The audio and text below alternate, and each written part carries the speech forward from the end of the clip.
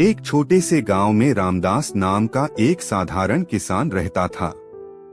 उसके पास न तो ज्यादा जमीन थी और न ही कोई बड़ा सहारा, लेकिन उसके पास एक अनमोल चीज थी, मेहनत करने का जज्बा।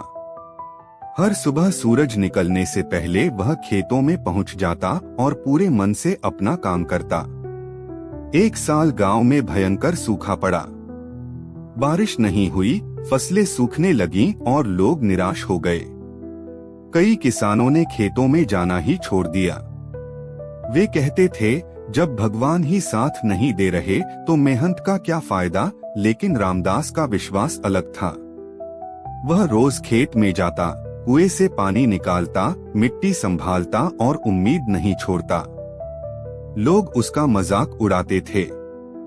कोई कहता इतनी मेहनत बेकार है, तो कोई कहता भाग्य में नहीं होगा तो कुछ नहीं मिलेगा। रामदास बस मुस्कुराकर जवाब देता, मेरा धर्म मेरा कर्म है, फल भगवान पर छोड़ता हूँ। दिन बीतते गए। एक रात अचानक तेज बारिश हुई। सिर्फ एक रात की बारिश ने सब कुछ नहीं बदला, लेकिन रामदास के खेत में बदलाव साफ दिखने लगा। क्योंकि उसने समय रहते मिट्टी संभाली थी, पानी रुक पाया और बीज सुरक्षित रहे। कुछ ही दिनों में उसके खेत में हरियाली लौट आई, जबकि बाकी खेत बंजर रह गए। गांव वाले हैरान थे। वही लोग जो कभी उसका मजाक उड़ाते थे, अब उससे पूछने आए, रामदास ये कैसे हुआ। रामदास ने शांत स्वर में कहा, मैंने कुछ खास नहीं किया, बस अपना कर्म किया। मैंने हालात पर नहीं, अपने प्रयास पर ध्यान दिया।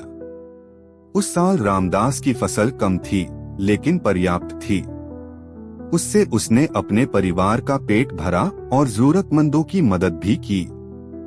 गांव वालों को तब समझ आया कि धर्म केवल पूजा पाठ में नहीं, बल्कि ईमानदारी से अपने कर्तव्य निभाने में है। उस दिन के बाद गांव में एक बात कहावत बन गई, जो अपना कर्म सच्चे मन से करता है, वही सच्चा धर्म निभाता है।